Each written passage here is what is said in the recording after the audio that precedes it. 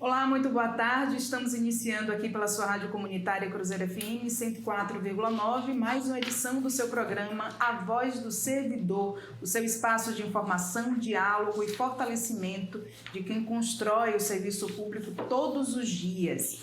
E hoje a gente chega com um tema necessário, urgente e, acima de tudo, humano.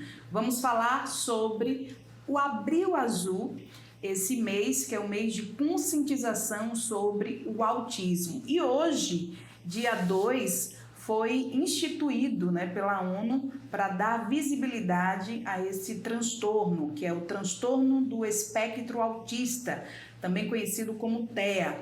Essa campanha ela busca combater preconceitos, promover a inclusão escolar e social e disseminar informações sobre diagnóstico precoce e também aí o apoio multidisciplinar.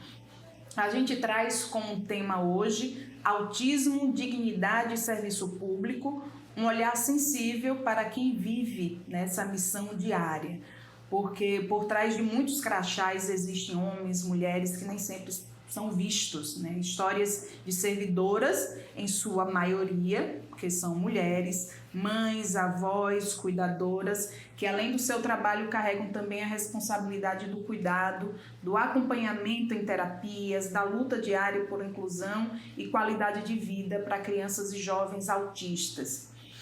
Você sabia que essas servidoras e servidores têm direito à redução da carga horária de trabalho sem prejuízo salarial, quando comprovada aí essa necessidade de cuidado? Pois é, esse é um direito que muita gente ainda desconhece e que pode transformar vidas. Hoje a gente vai ouvir histórias reais, como, por exemplo, de uma avó que tem a tutela de 2 netos e um é autista, e ela conseguiu esse direito para cuidar do seu neto. Vamos entender melhor o que diz a legislação, qual o papel do sindicato nessa luta e também como garantir esse acesso. E vamos também receber aqui algumas pessoas, vamos ouvir algumas mães servidoras, vamos ouvir também a professora e psicóloga Priscila Matos, trazendo esse olhar técnico e sensível sobre o autismo e os desafios também enfrentados pelas famílias. Também conversaremos com o nosso procurador jurídico aqui do Sindismute, o Dr. Astério Moreira. E claro, temos aqui a presença das nossas diretoras, nossa presidenta e nossa vice, Ariane e Jadiane, estão aqui comigo para a gente também bater esse papo hoje. Mas antes, vamos aqui ao nosso giro de notícias. Licença paternidade maior amplia vínculo e responsabilidade do pai. Nova lei aumenta de 5 para 20 dias a licença paternidade, cria o salário paternidade e estende a proteção social para além dos trabalhadores com carteira assinada. O presidente Luiz Inácio Lula da Silva sancionou, na última terça-feira, dia 31, a lei que amplia de 5 para 20 dias a licença paternidade e institui o salário paternidade. A medida representa um avanço no cuidado com a primeira infância, fortalecendo os vínculos afetivos entre pais e filhos e, claro, também promovendo maior participação paterna nos primeiros dias de vida da criança. A nova legislação também cria condições para a corresponsabilidade entre pai e mãe, contribuindo para reduzir a sobrecarga historicamente atribuída às mulheres no cuidado com os filhos. O direito ao afastamento é garantido em casos de nascimento, adoção ou guarda para fins de adoção, sem prejuízo do emprego e do salário, além de prever estabilidade no trabalho e possibilidade de prorrogação em situações específicas, como internação da mãe ou do bebê. Outro avanço importante é a ampliação do acesso ao benefício, que passa a contemplar não apenas trabalhadores com carteira assinada, mas também microempreendedores individuais, trabalhadores domésticos, avulsos e segurados especiais. A lei ainda garante o direito a pais adotantes e responsáveis legais, com ampliação do período em casos de criança com deficiência. A implementação será gradual. A licença passa para 10 dias em 2027, 15 dias em 2028 e 20 dias em 2029. O salário paternidade será pago durante o afastamento, podendo ser custeado pelo INSS ou pela empresa, com valores que variam conforme o perfil do trabalhador, garantindo renda e proteção social também para quem está fora do regime formal. Meninas, mulheres, é uma lei um pouco tardia, né? Principalmente como a gente fala muito aqui sobre o cuidado, e esse cuidado é sempre atribuído às mulheres, esse cuidado com o filho é atribuído sempre às mulheres, hoje a gente vai falar sobre o cuidado com pessoas com deficiência, que é atribuído na maioria sim às mulheres, e aí vem essa lei aumentando aí de 5 para 20 dias, né, essa licença paternidade. É um avanço, a gente não pode negar, né? Mas é um caminho, a gente percebe também esse crescimento gradual, ou seja, não é uma lei que começa esse ano e todos os pais um homem que vai ser pai no mês que vem já vai ter esses 20 dias, então começa a partir de 2027, 28 e só tem 20 dias aí a partir de 29, mas eu gostaria de saber assim, a opinião de vocês em relação a esse ponto aí. Boa tarde, Ana. Boa tarde. Jade, né? Guilherme, que está aqui conosco também nos estúdios. É um passo importante, né? É um passo importante que dá aos pais a oportunidade de estar nos primeiros momentos de vida dos seus filhos, né? Acho que a gente ainda precisa avançar muito nessa pauta, né? Outros países do mundo já possuem legislações até mais abrangentes nesse sentido, para a licença paternidade. É uma discussão que a gente vai precisar empreender para que esse direito ele seja ampliado, inclusive para proteger a mãe, né, que muitas vezes faz parte cesárea e precisa estar ali sendo acompanhada pelo marido, vai precisar de cuidados, inclusive. Então, assim, é um passo importante, mas ainda é pouco, né? Eu acho que a gente vai precisar discutir mais, trazer mais essa discussão, cuidar, votar direito, escolher melhor em quem a gente vota, né? Porque a gente tem políticos da extrema-direita que não votaram a favor desta lei, né, e nem votarão em outros momentos. É um direito que vai ser adquirido progressivamente, mas que se a gente, aqui neste ano, por exemplo, em 2026, fizer uma escolha errada, né, e continuar fazendo escolhas erradas, principalmente no Congresso Nacional, a gente vai ter embates maiores lá na frente, vai ter problemas maiores para conseguir acessar direitos que já estão sendo adquiridos, né? Então, assim, foi aprovada agora, é uma lei recente, né? Precisaria ser mais ampliada, né? A gente vai ter países como a Alemanha, que tem 1 ano de licença maternidade, que pode ser dividido entre o pai e a mãe, ou que pode ser só o pai, ou que pode ser só a mãe. Então, a gente precisa pensar, né, em legislações que protejam a maternidade, sim, porque ela é extremamente desafiadora, e a presença do pai, nesse momento, ela é fundamental. Jade?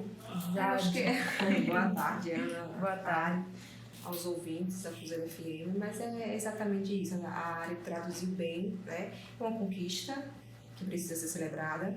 A gente olhar alguns anos atrás, a gente não tinha essa perspectiva, né? A gente tem hoje uma nova realidade e a gente celebra, mas a gente quer mais, né? A gente quer poder dividir, de fato, essas responsabilidades quando a gente tem o bebê, né? Que são muitas, com o nosso parceiro, e para isso ele também precisa estar em casa, né? E aí a gente também fala com os homens, não adianta estar em casa e não ajudar, tá? Exatamente. É bom que se diga, né? Não cumprir o seu papel, não é nem ajudar. Exatamente. Olha os vícios, né? Sim. Os nossos vícios. Mas, de fato, esse trabalho, esse cuidado com a criança, ele precisa ser partilhado. Então, a licença vai ser ampliada para que os cuidados com essa criança possam também ser divididos aí com o pai e a mãe, para não sobrecarregar essa mulher, né, que passa 9 meses carregando uma criança, que precisa amamentar, né, se for um parto cesariano. É uma cirurgia, né, você precisa ter um resguardo maior, então é isso. E nesse período do puerpério, então, não é só a criança que precisa de cuidado, é a mãe também, né? Que precisa dessa atenção. Desse grande de mulheres que têm, inclusive, depressão pós-parto, né? Então, de fato, se essa carga esse trabalho for dividido, na verdade, né, com o companheiro, isso vai trazer um alento às mulheres. E a gente segue falando de cuidado aqui, né? Eu nem dei boas-vindas ao nosso assessor, Guilherme, que está aqui também com a gente, sempre presente. Né? Seguindo aí, falando sobre cuidado, nosso tema de hoje é autismo, dignidade, serviço público, um olhar sensível para quem vive essa missão diária. O autismo, ele conhecido cientificamente como transtorno do espectro autista, TEA, não é apenas um diagnóstico, é uma forma singular de perceber, sentir e interagir com o mundo. Cada pessoa dentro do espectro, ela carrega suas próprias particularidades, desafios e potencialidades. Falar sobre o autismo é, sobretudo, falar sobre diversidade humana, empatia e a necessidade de construirmos uma sociedade mais acolhedora. Aqui em Tucano, muitos servidores e servidoras municipais vivem uma realidade que exige força, sensibilidade e equilíbrio constante. A responsabilidade de exercer suas funções profissionais enquanto cuidam de filhos, netos ou familiares com autismo. Essa vivência diária vai muito além do cuidado básico. Envolve terapias, acompanhamento escolar, consultas médicas, adaptação de rotina e, principalmente, uma dedicação emocional intensa. Para esses servidores e servidoras, o tempo nunca é apenas tempo. Cada hora do dia é cuidadosamente planejada entre o trabalho e as necessidades específicas de seus familiares. Muitas vezes são jornadas silenciosas, marcadas por renúncias e desafios invisíveis aos olhos da maioria. Ainda assim, são histórias de amor profundo, de resistência e de luta por dignidade.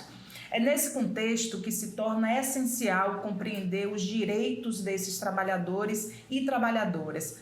A legislação brasileira reconhece que servidores públicos que possuem dependentes com TEA ou outras condições que demandam cuidados especiais têm direito à redução da carga horária, sem prejuízo salarial, desde que comprovada a necessidade por meio de laudos médicos e avaliações técnicas. Esse direito não é um privilégio, é uma medida de justiça social que busca garantir condições mínimas para que essas famílias possam oferecer o cuidado adequado sem comprometer sua subsistência.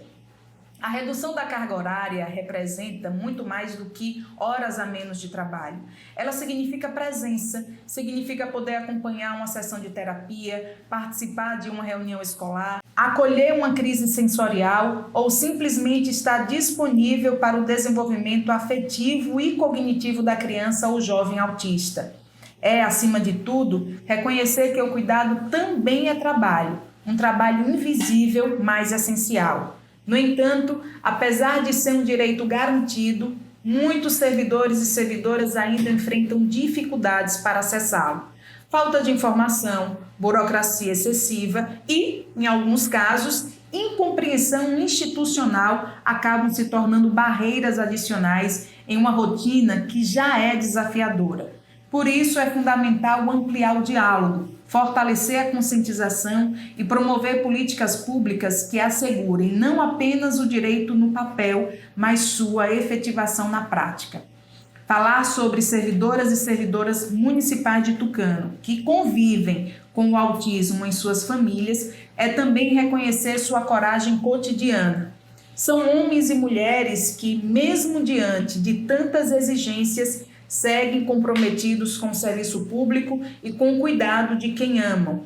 Eles carregam em suas trajetórias uma lição poderosa, a de que uma sociedade verdadeiramente justa é aquela que acolhe suas diferenças e apoia aqueles que cuidam. Então, que possamos, enquanto comunidade, olhar com mais sensibilidade para essas realidades. Que as instituições se tornem mais humanas, mais flexíveis e mais conscientes. E que cada servidor e servidora que enfrenta essa jornada saiba que não está sozinha. Sua luta é legítima, seu direito é garantido e sua história merece ser respeitada e valorizada. Porque, no fim das contas, falar de autismo é falar de humanidade. E falar desses servidores e servidoras é falar de amor em sua forma mais resiliente.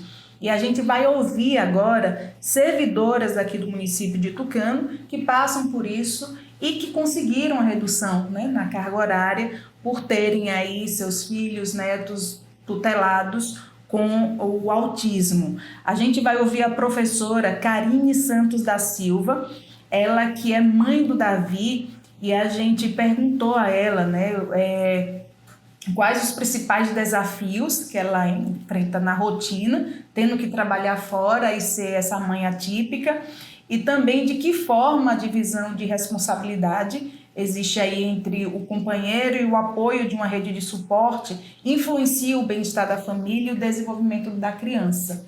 Só ressaltando, Ana, que no caso da Karine, né, ela não tem redução de carga horária porque ela é uma servidora que trabalha na instituição particular, né, também é contratada, né, mas assim, em conversa, né, em diálogo com ela, a gente percebe de fato, né, como é importante estar presente, né? E a gente vai falar agora com servidoras, né, mães, avós, que têm aí como tutelado um filho ou um neto com autismo. Vamos acompanhar a professora Karine Santos da Silva, ela que é mãe do Davi, né, e a gente questionou a ela quais são os principais desafios na rotina dela entre o trabalho e sendo aí essa mãe atípica, e também de que forma a divisão de responsabilidade entre o companheiro e o apoio de uma rede de suporte influenciam o bem-estar familiar e o desenvolvimento de uma criança neurodivergente.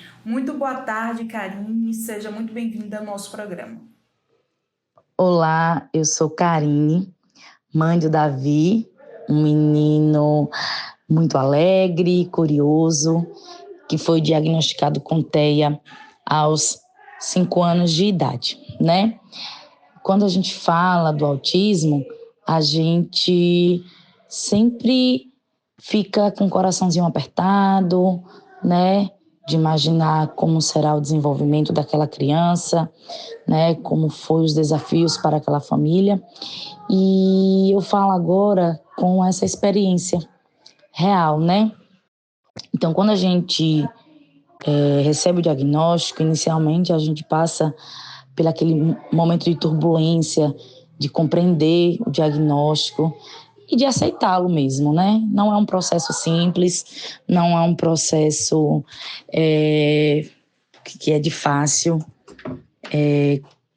absorção e compreensão.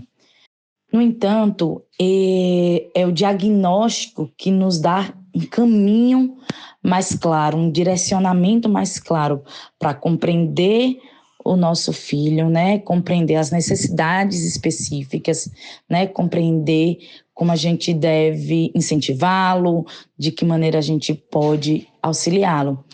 E eu digo que o principal desafio para mim, de fato, foi compreender o transtorno, né? Compreender como ele se apresentava no meu filho, porque é um espectro, então no meu filho ele se apresenta de uma forma, se apresenta em algumas áreas de forma específica, e no filho de outra pessoa ele vai também se apresentar de maneira diferente. Então, o principal desafio é esse, é compreender o espectro, é compreender como ele se apresenta neurologicamente no meu filho e abrir o meu coração e abrir o meu conhecimento para esse leque imenso que é o espectro, né? Então, acho que o meu maior desafio foi esse.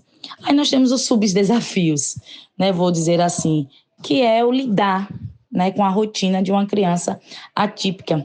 Porque, assim, a gente cria expectativas com o filho, né? Que o meu filho vai falar, que o meu filho vai para a escola, vai interagir, né? Que o meu filho vai interagir com as crianças na rua. E aí, quando essas expectativas elas são frustradas, nos dói. E é um desafio também lidar com essas frustrações do filho perfeito, né? Que, querendo ou não, é o que toda mãe espera. Não perfeito de perfeição física, mas aquela perfeição de criança que vai falar no tempo, que vai interagir, que vai para a escola, Então, eu pontuo esses desafios como os maiores para mim. E dentro deles, o atraso de fala foi o que mais apertou meu coração, né? Porque o Davi, ele teve uma pausa neural, ele apresentou desenvolvimento de fala no tempo previsto, mas na pausa neural ele teve essa regressão. Então, essa regressão foi o que mais me assustou. Porque, assim, primeiro eu vi o meu filho gritar ao vizinho, me chamar de mãe, pedir as coisas, e depois eu me vi com uma criança que não fazia mais com tanta intensidade. Então, foi algo, assim, desafiador também. E aí, dentro dessa rotina, dentro desse processo de compreensão, de organizar a nossa rotina para incentivá-lo, né, para auxiliá-lo em seu desenvolvimento, a divisão de responsabilidade com o nosso parceiro é fundamental, porque a carga emocional, né, mental, física é muito grande para a mãe. E quando o parceiro, ele compreende que é uma função dele também participar, né, desse desenvolvimento, participar dessa rotina, ser responsável por essa criança, as coisas, né, os momentos, os incentivos, o auxílio a essa criança, ela se torna mais fluida, né, mais fluido, na verdade. E é importante que as mães atípicas, elas tenham companheiros que se tornem também pais atípicos e compreendam a paternidade atípica, compreendam seu filho, compreendam o espectro, compreendam a necessidade e os vejam como filho e não como fardo, que é o que acontece com muitos, né? Que vêm como fardo, acabam abandonando as famílias e aí toda a carga fica para a mãe. Forte, né? Forte, porque a gente sabe que a realidade é outra, principalmente quando pais descobrem que tem algum filho atípico, ele abandona, né, essa família. E ter um parceiro, olha aí, mais uma vez a gente falando sobre a importância, né, da presença desse pai que divide essa função de cuidado. E a gente falando aqui de uma criança atípica, então cuidado e atenção é ainda maior. A fala da Cacá nos atravessa, né, porque ela traz a paternidade, né, que inclui a maternidade, né, o casal estar juntos ali, né, e compartilhar todos esses desafios. Ela traz um depoimento de situações simples, como ouvir a voz do filho, né, é um grande desafio. E esses pais e mães, eles são muitas vezes, Ana, muito julgados, né, pelo comportamento do filho, porque a depender do suporte que aquela criança dentro do espectro ela esteja, pode ser uma criança que não verbalize, ou pode ser uma criança que verbaliza muito, né? Que se está ali dentro de uma crise, as pessoas olham com julgamento, né? E esses pais e essas mães, é muito difícil, né? Então, o 2 de abril, ele é importante para que a gente possa falar sobre o assunto, que as pessoas possam ter consciência do que é, né, o TEA. É preciso que as pessoas entendam que não é birra. Uma criança autista em crise não é uma birra, não é falta de educação, né? Não é falta de limites, né? Exatamente. E muitas vezes esses pais e essas mães são julgados e condenados, né, por pessoas que não têm conhecimento. Então a gente precisa, hoje acho que a função principal do programa é essa, né, é levar informação, que as pessoas procurem saber mais sobre o autismo, que as pessoas possam acolher essas famílias, né? Eu acho que o nosso papel hoje é esse, de acolhimento. Quando a gente traz hoje dentro do programa de rádio esse tema, é entendendo que o sindicato tem uma função social, né? Uma função social de acolher esses servidores que têm filhos ou netos com o TEA e também informar sobre direitos, mas principalmente acolhimento. Nós estamos aqui para acolher, para informar. Ari, quer pontuar alguma coisa relacionada à fala de Karine e É uma Cacá? fala muito forte, né? Eu acho que Jade foi muito assertiva e muito feliz nos comentários dela, né? Karina traz um ponto muito interessante em relação ao diagnóstico, né? E perceber, por exemplo, que o transtorno do espectro autista ele não vai se manifestar de forma igual, né, em todas as crianças. Eu acho que esse é o maior desafio, né, para que o diagnóstico chegue, né? Estar atento a esses sinais que a gente nem sabe, né, como eles vão aparecer em cada criança ou em cada pessoa, né? De como o diagnóstico ele pode ser esse divisor de águas, né? Primeiro a gente, acho que é uma espécie de alívio, né? Mas ao mesmo tempo é também saber que tem uma tarefa muito desafiadora pela frente, né? O diagnóstico cedo é muito importante, porque aí você vai investir nas terapias, né? Que serão necessárias, né? Para todas as crianças ou adultos, né? Ou adolescentes dentro do espectro, né? O Ari, e ele é importante também quando ele não é cedo, né? Porque tem muitos adultos hoje que lidam com situações que eles nem sabem que tem o transtorno, né?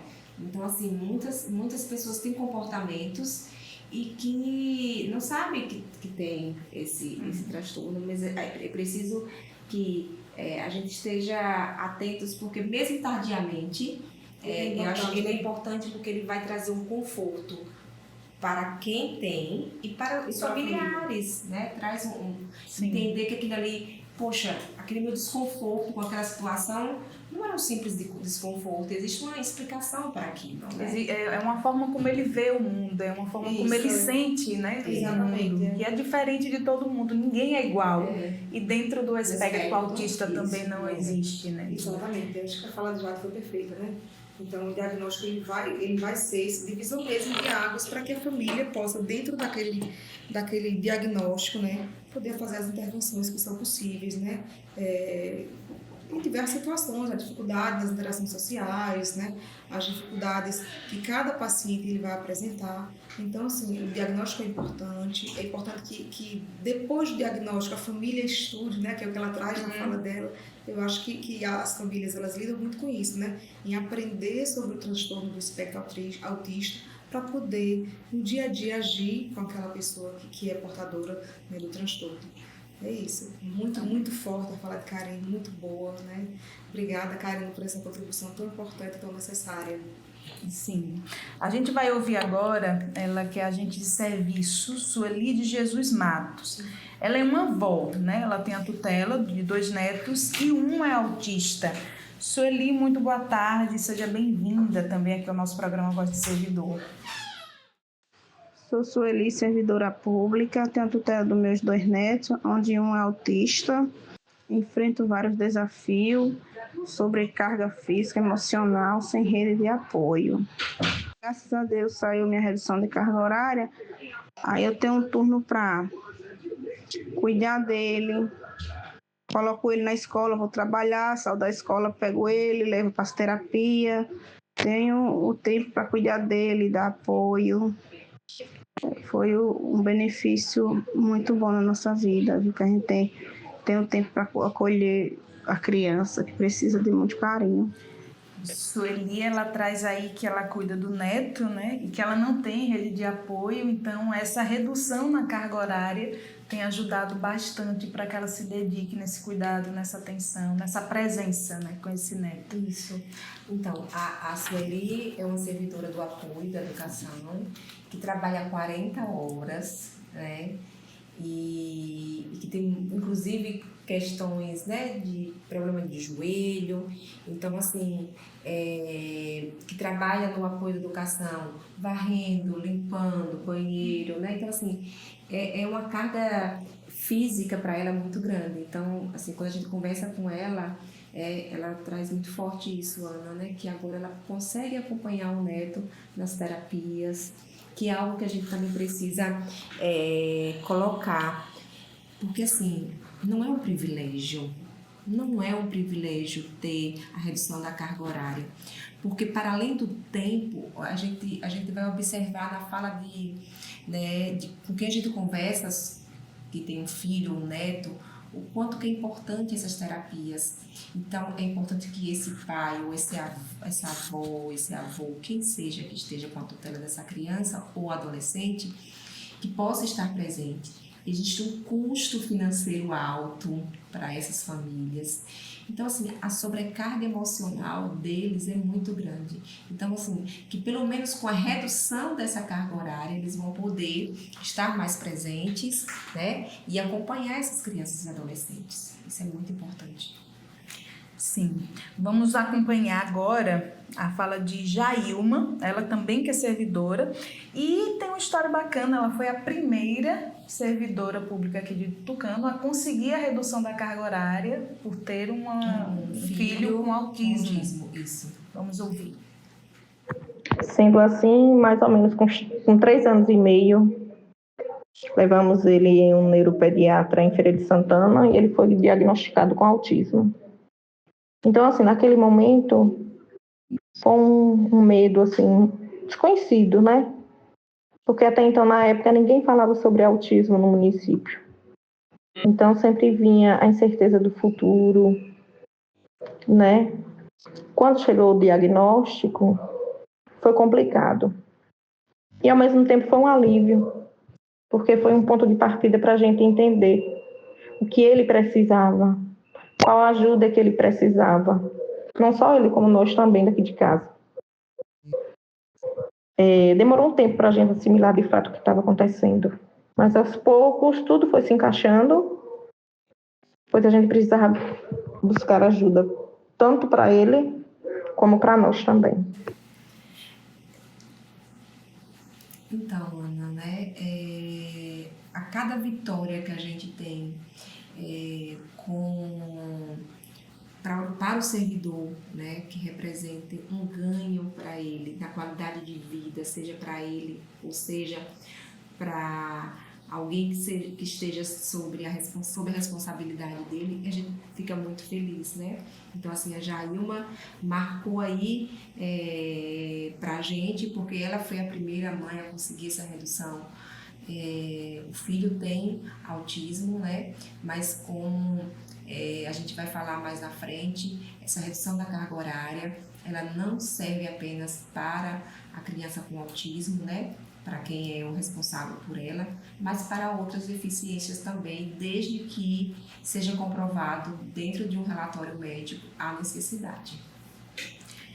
E aqui em Tucano existe uma associação, né? Elas são chamadas aí de Associação de Mães Guerreiras, tem que ser muito guerreira mesmo. E muitas mães também solos, cuidando desses filhos atípicos. A gente vai ouvir a presidente dessa associação, ela que é agente de saúde também, Poliana Calazans. Bom dia a todos os ouvintes. Eu sou Poliana Calazans, presidente da Associação Mães Guerreiras e, antes de tudo, eu sou mãe. Mãe de um menino de 12 anos, autista, nível 1 de suporte, e foi através dele, através da minha dor, das minhas lutas, que tudo começou.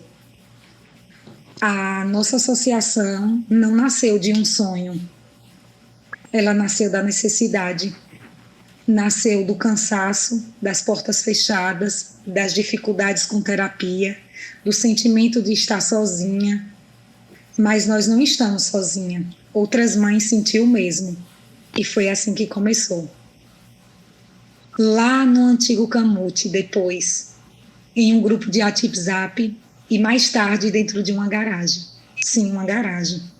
Foi ali com a dor, com as lágrimas, mas também com a coragem que nasceu a Associação Mais Guerreiras. Hoje nós temos 3 anos de caminhada. Somos uma associação com CNPJ, temos o apoio de pessoas, empresários, comerciantes que acreditam na nossa luta, profissionais, professores, diretores, famílias. Realizamos caminhadas, ações e seguimos resistentes. Mas a realidade ainda dói. O número de crianças autistas cresce em Tucano e o acesso às terapias ainda não acompanha. Existem mães com 2 filhos autistas. mães que cuidam sozinhas, sem apoio, sem rede, mães que enfrentam dificuldades financeiras, que não conseguem BPC-LOAS, que lutam por moradia, mães que não podem trabalhar. Eu consegui, sou agente comunitária de saúde, tenho 40 horas semanais e precisei lutar muito para conseguir reduzir a minha carga horária. Um direito que deveria ser garantido sem sofrimento, mas cada pequena conquista vem da nossa luta, da nossa união, da nossa coragem de não desistir. A Associação Mães Guerreiras existe por um motivo: dar voz, acolher e lutar. Lutar por direito, por dignidade, por respeito e principalmente para lembrar a sociedade que cada pessoa tem seu valor, independentemente de qualquer diferença. E que nenhuma mãe precise lutar sozinha, porque nossa associação estará aqui, juntos, nessa luta. Muito obrigada a todos. Muito obrigada, Poliana, pela sua participação, e que bacana essa associação, né? Essa forma de dizer assim para todas as mulheres: vocês não estão sozinhas, nós estamos aqui, a gente pode caminhar juntas, inclusive lutando por mais direitos a essas terapias para todos os filhos, as crianças, adolescentes autistas daqui do nosso município. Isso. E Ana, assim, pensar que essa mãe, ela consegue ter o apoio de outras, né? Nem que seja para ouvir, né? Dizer assim: olha, hoje eu estou muito cansada, eu estou precisando de acolhimento, né? É muito bacana ver quando as pessoas compreendem o valor do coletivo, né? E aí uma vai dar a mão à outra e ressignifica dores, né?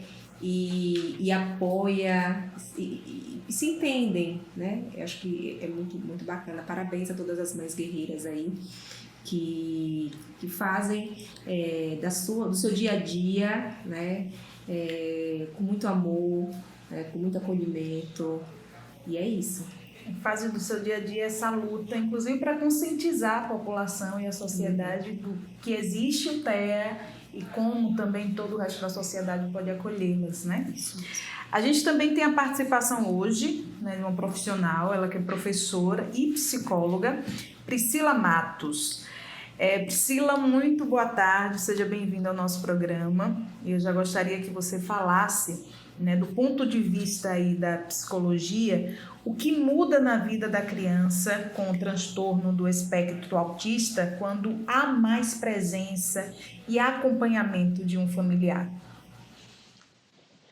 Boa tarde, Ana Maria e todos os ouvintes da Rádio Cruzeiro FM. Eu sou Priscila, sou professora da rede municipal e também sou psicóloga. E quero agradecer, né, o convite para estar partilhando com vocês sobre um tema tão relevante, né, nas minhas duas áreas de atuação. Então, muito obrigada pela oportunidade da partilha, né. Do ponto de vista psicológico, né, indo para a primeira pergunta, quando a família está por perto de verdade, com carinho, com atenção, a vida da criança autista ela vai mudar completamente. Por quê? A criança ela começa a se sentir segura, sabe? Quando a gente está num lugar estranho e se acalma quando vê alguém que a gente conhece, né? É como se a gente, nossa, ali é a solução dos meus problemas. Então, com a criança autista é assim, só que de uma forma muito mais intensa. O mundo dela pode ser muito barulhento, confuso, às vezes até assustador. E quando a família aprende ou está disposta, né, a entender os sinais com um olhar, um gesto, um jeito de mexer as mãos e responde com calma, aquilo vira um porto seguro. E aí, com esse chão firme, a criança ela ganha coragem para explorar o mundo, né? Uma outra mudança importante também é em relação às emoções. Todo mundo já viu uma criança ter uma crise de choro, não é? Então, com a criança autista, às vezes, essa crise de choro é uma tempestade que parece que não vai passar, né? Quando tem um adulto ali por perto que fica firme, que não se desespera, que segura no colo ou não, ou simplesmente fica só ali do lado, aquela tempestade, ela vai se acalmando, a criança vai com o tempo aprendendo, né, a se regular, Quando ela vê que tem ali aquele apoio, né, ela percebe que essas emoções difíceis também têm fim. Uma outra coisa em relação à comunicação. As crianças autistas às vezes demoram para falar ou elas se comunicam de outros jeitos, de outras formas. E se não tem ninguém ali tentando entender essa comunicação, elas podem desistir de tentar se comunicar. Mas quando a família se interessa pelo que ela gosta, entra no mundinho dela, brinca do jeito que ela brinca, aí acontece uma coisa linda. A criança ela descobre que é bom se comunicar, que é bom dividir uma risada, que é bom estar junto, né? E isso vai evitar outras frustrações no futuro. Então, quando a família está perto, a criança se sente capaz. Ela começa a perceber, eu consigo, eu posso fazer, eu sou importante. E sem esse apoio, ela pode crescer achando que ninguém entende, né? Ela cresce, com apoio, ela cresce sabendo que tem um lugar no mundo. Então, a presença da família protege contra outros problemas como ansiedade, tristeza profunda, que infelizmente podem aparecer quando a criança ela se sente só, ela se sente incompreendida, né? Então, assim, não estou falando aqui de superproteção, não se trata de proteger demais a criança, de prender a criança em casa, né, de evitar que a criança tenha contato com outras pessoas ou com outras crianças, ou da família se desgastar, né, a ponto de se sentir exausta demais. Nós estamos falando de presença que entende, de presença que respeita o tempo da criança, que busca saber como ajudar, né? Que busca conhecer mais sobre o tema para ajudar essa criança. Então, no fim das contas, a psicologia ela está aí para nos mostrar que a presença da família não só ajuda a criança a se desenvolver, mas também pode transformar o mundo dela. Né? Um mundo que antes podia ser confuso, solitário, cheio de medo, se transforma num mundo mais previsível, mais compartilhado, mais seguro. E com esse chão firme, a criança ela pode crescer e florescer do jeitinho que ela é. Essa fala de Priscila conversa muito com Karine, né? Porque primeiro é compreender, meu filho, vem o diagnóstico, meu filho, minha filha tem TEA.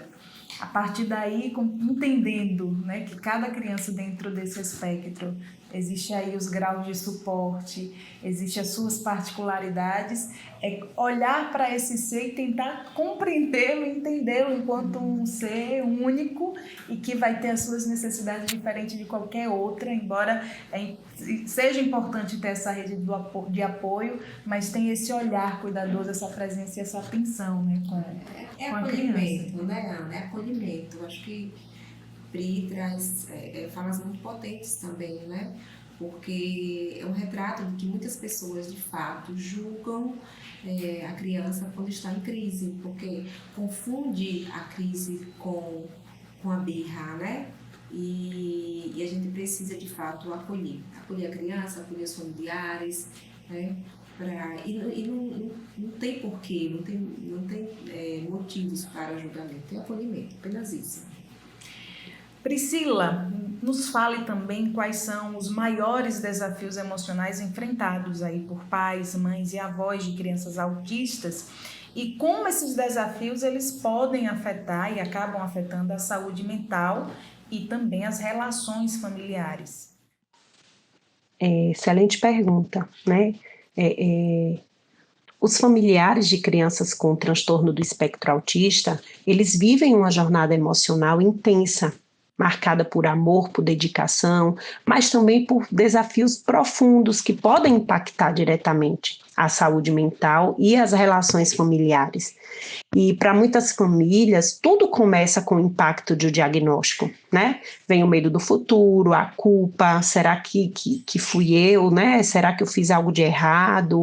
Vem o luto, não pela criança em si, mas pelas expectativas idealizadas pela família, né, para aquela criança.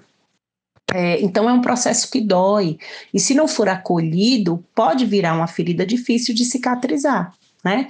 Depois vem o dia a dia, que não é fácil, que muitas vezes é uma rotina pesada, são noites mal dormidas, crises que exigem calma, quando muitas vezes a família já está ali exausta, muitas terapias para acompanhar, escola, muitos olhares na rua, né? Muitos olhares muitas vezes em ambientes sociais, em festas, né? Então as pessoas olham com aquele olhar muitas vezes de falta de compreensão. Esse cansaço acumula, né? E vira o que a gente chama de sobrecarga parental.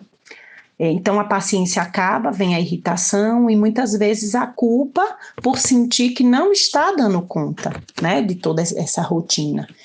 Tem a solidão também, porque muitos amigos se afastam, né, porque não sabem lidar com a criança. Muitas famílias dão palpite, muitos familiares, né, dão palpite sem entender. Muitos pais e avós se sentem sós, né, e o isolamento ele vai virando um peso enorme na saúde mental deles.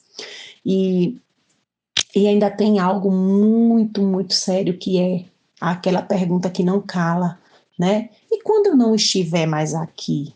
A angústia com o futuro vai virar uma ansiedade constante que não deixa a pessoa descansar, né? Nem quando a criança está dormindo, porque é uma preocupação que vai continuar sempre. Quando eu não estiver aqui, quem vai cuidar do meu filho, da minha filha, né? Quem é que vai ter toda essa paciência, esse cuidado?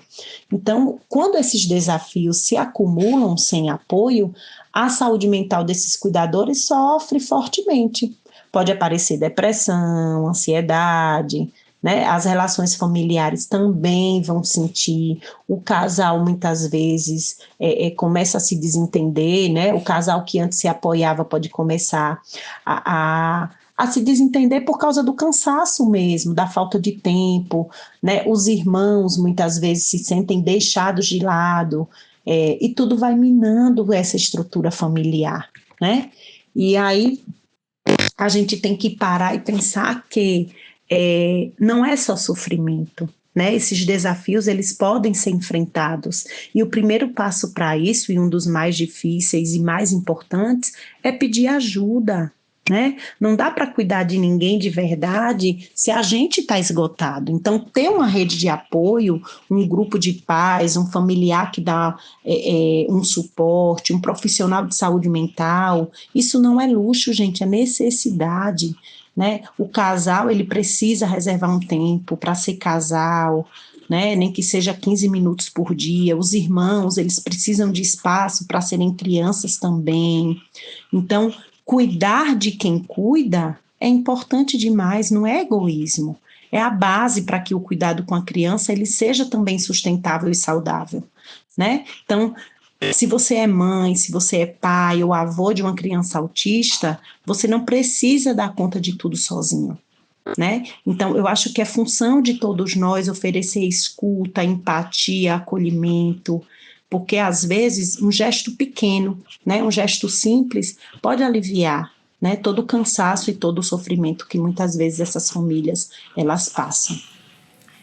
Passam todos os dias. Priscila, agradeço imensamente a sua participação, a sua contribuição, que foi riquíssima aqui para o nosso programa de hoje. O programa segue, né? A gente está falando aqui de acolhimento, de cuidado, mas também estamos falando de direito. Direito dessa criança com TEA, desse jovem que precisa desse cuidado, e o direito do servidor, da servidora pública, que precisa desse tempo para esse cuidado. E por isso, para entender melhor sobre esse direito, né, da redução da carga horária, a gente conversa agora com o nosso procurador jurídico, doutor Astério Moreira. Boa tarde, seja bem-vindo mais uma vez ao nosso programa. Boa tarde, Ana. Boa tarde a todos. É sempre um gosto estar aqui contribuindo com este programa. Então, a primeira questão é, né, para o servidor ou servidora que é responsável pelo cuidado de uma criança ou um jovem com autismo e deseja solicitar a redução da carga horária, quais são os documentos necessários?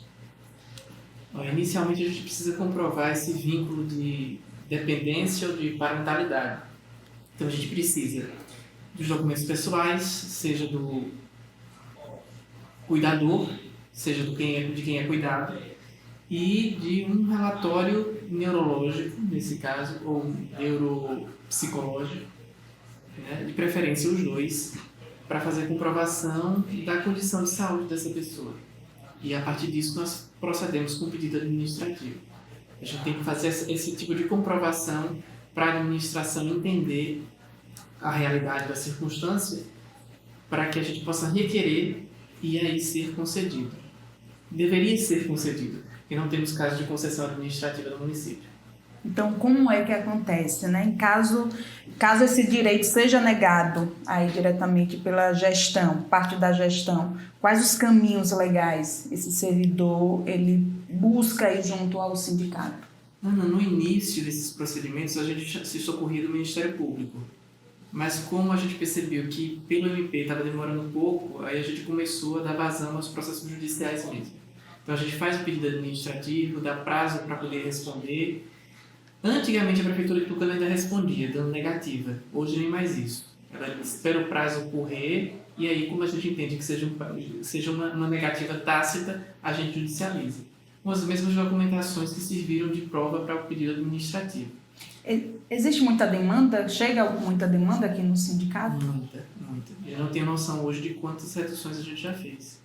Eu acho que, assim, pelo menos dos últimos 3 anos, é o carro-chefe daqui. É pedido de redução de carga horária em razão de pessoa com deficiência, né? De um modo geral. Mas a administração não tem esse cuidado, inclusive, de poder fazer essas concessões a partir de um movimento administrativo, que seria muito mais rápido, né? A avaliação seria interna, avaliação de documentos, de pessoas, avaliação médica, para concessão desse direito, que, graças a Deus, sempre que é acionada a justiça, é concedido. Então, o que você está trazendo é, administrativamente, não acontece Não naturalmente. foi. É uma lei, né? Os servidores e servidoras têm esse direito, não só com autismo, mas cuidador, cuidadora de qualquer pessoa com deficiência, e administrativamente não corre. A gestão... Administrativamente não flui. Nós não temos hoje respostas aos pedidos que a gente apresenta. Antigamente eles respondiam com base no princípio da legalidade, ou seja, como eu não tenho lei própria no município, eu não tenho como mudar. Mas isso é uma forma evasiva de você responder a coisa. Porque o que é que acontece? A gente toma de empréstimo a Lei 8.112, que é o Estatuto do Servidor Federal, toma de empréstimo o tema 1097, salvo engano, do STF, que trata especificamente sobre isso, e faz um procedimento analógico, ou seja, se o município de Tucano não tem uma lei própria, porque não quis legislar sobre isso, a gente tem que se socorrer de outros parâmetros legais, então federais e jurisprudenciais, como é o caso do STF. Então a gente consegue comprovar que, mesmo sendo um servidor de um município que não tem uma legislação específica para isso, ele tem direito a isso. Então é uma concessão que deve ser dada, né? Porque não se trata só de um direito do servidor, é um direito dessa pessoa com deficiência, né? Antes de ser um direito do trabalhador, é o direito de assistir essa pessoa que tem certas carências específicas. Então é para ela, não é para o servidor. A administração não entende muito isso. Aparenta ser uma espécie de bônus, né? Mas a gente tem que ter uma visão, a ótica deve ser a do cuidado, né? E a gente sabe que uma pessoa que tem essa necessidade precisa de uma assistência própria. E quem dá essa assistência própria precisa ter pelo menos essa carga de trabalho um pouco aliviada para poder fluir essa questão do cuidado. E falando de autismo, não é só o cuidado diário dentro de casa, né? São todas as terapias que essa criança, que esse jovem precisa ser acompanhado, psicólogos, terapeutas, e esse cuidador ou cuidadora precisa estar acompanhando. A Asteri não necessariamente precisa ser o pai ou a mãe, mas se um avô, uma avó tem a tutela dessa criança, desse jovem, é servidor, ele pode requerer esse direito também, né? A maioria aqui é de pai e mãe, realmente. Mas já tem casos de avó, sim, ou de outros responsáveis, legalmente responsáveis, por pessoas nesse enquadramento.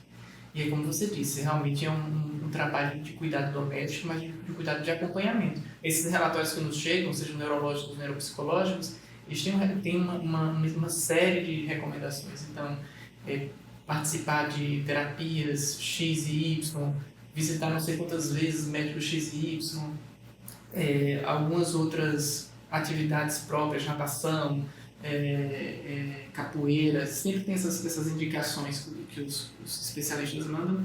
E para que se faça esse acompanhamento todo, é necessário que uma pessoa tenha disponibilidade para isso. Então a redução serve justamente para isso. Então, um pai, uma mãe de alguma criança, cuidador, né, um pessoa autista, já que a gente está falando aqui sobre o tema, vem até o Sindismute, vai até a gestão, não consegue, vem até o Sindismute, tem toda essa documentação. Qual o tempo médio assim, de conseguir esse direito? Pelo que você já trouxe, não existe negativa, né? Todos que vocês... Judicialmente não. Graças a Deus não. A gente consegue reduzir numa base de 50%. Vai depender da boa vontade e da interpretação do juiz. Já tivemos casos em que foi 50%, outros casos um pouquinho mais, um pouquinho menos. Vai depender da realidade do caso, na verdade. E judicialmente flui. O problema é que o judiciário é moroso. Um processo desse que deveria levar no máximo um mês, às vezes chega a 3, 4, por aí. Mas as concessões liminares têm sido frequentes também. Assim, quando a gente entra, geralmente a liminar sai. E aí uns 15 dias ou 20 dias a liminar sai. Muito obrigada, Astério, pela sua participação. Volte sempre, viu? O programa é seu.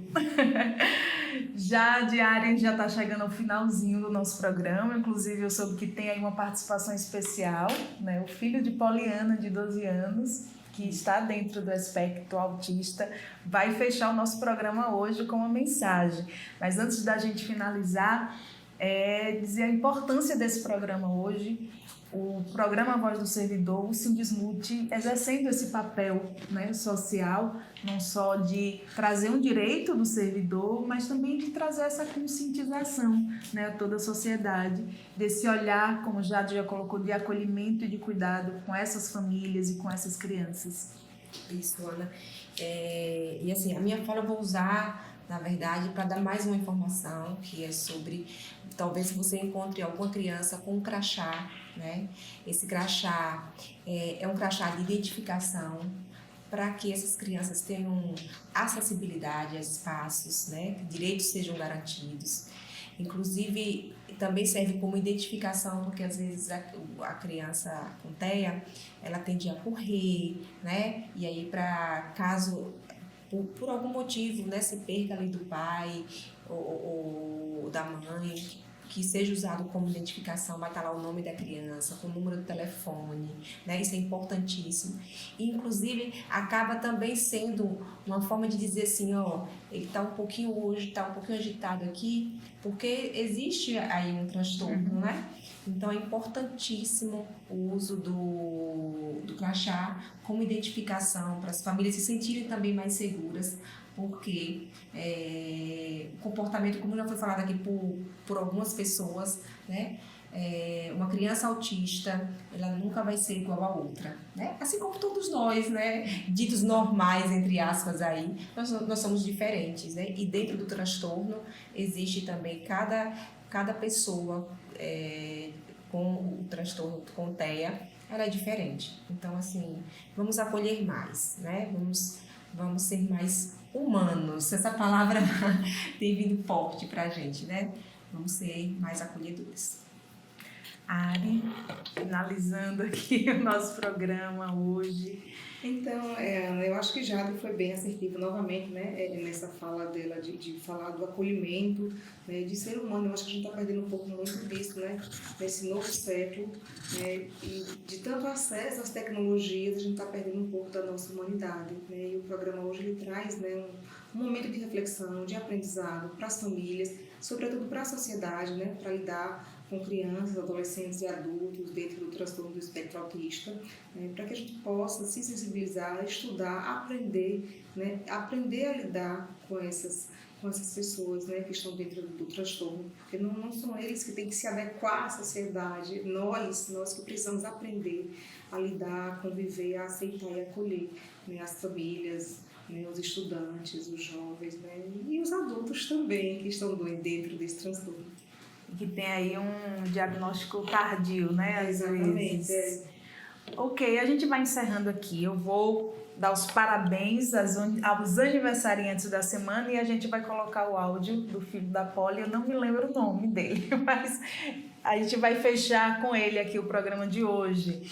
Então, um grande abraço, feliz aniversário a todos os aniversariantes da semana, em especial aos agentes de serviços, Angelice Guimarães Santos, Euride Silva Souza, Gilda de Santana, Ludivânia Matos dos Santos, Marli Jesus de Santana Evangelista, Maria Selma Santana do Carmo, Neide Nascimento de Jesus e Tereza Ruth Pimentel, a auxiliar de serviços gerais, Lindalva Paiva Brito, Guarda Civil, Israel Santana Lisboa, e aos professores Eliane dos Santos Costa, Francisco dos Santos Portela, Elia Nicásio dos Santos, Juscelma Souza Abreu, José Rogério Santana de Jesus, Maria Aparecida de Andrade Miranda, Paulo Manuel dos Santos, Rose Milena Nunes Martins e Maria Juclécia Santana de Jesus. Um grande abraço para você que esteve com a gente até esse momento. Lembrando que esse programa e todos os outros programas da Voz do Servidor você encontra aí no Spotify, o nosso podcast A Voz do Servidor. E a gente finaliza o nosso programa com essa mensagem linda desse adolescente de 12 anos que está dentro aí do espectro autista. Tchau, tchau, fiquem todos com Deus e até mais. Arthur, sou autista, às vezes o mundo é alto para mim. Barulhos que parecem pequenos para mim são como gritos. Luzes fortes, lugares cheios me deixaram confuso, cansado. Eu nem sempre consegui explicar o que eu estou sentindo, mas isso não quer dizer que eu não sinto. Eu sinto muito e do meu jeito eu estou aprendendo todos os dias. Com a paciência, com o carinho, eu consigo. Só preciso que o mundo tenha um pouco mais de calma para me entender.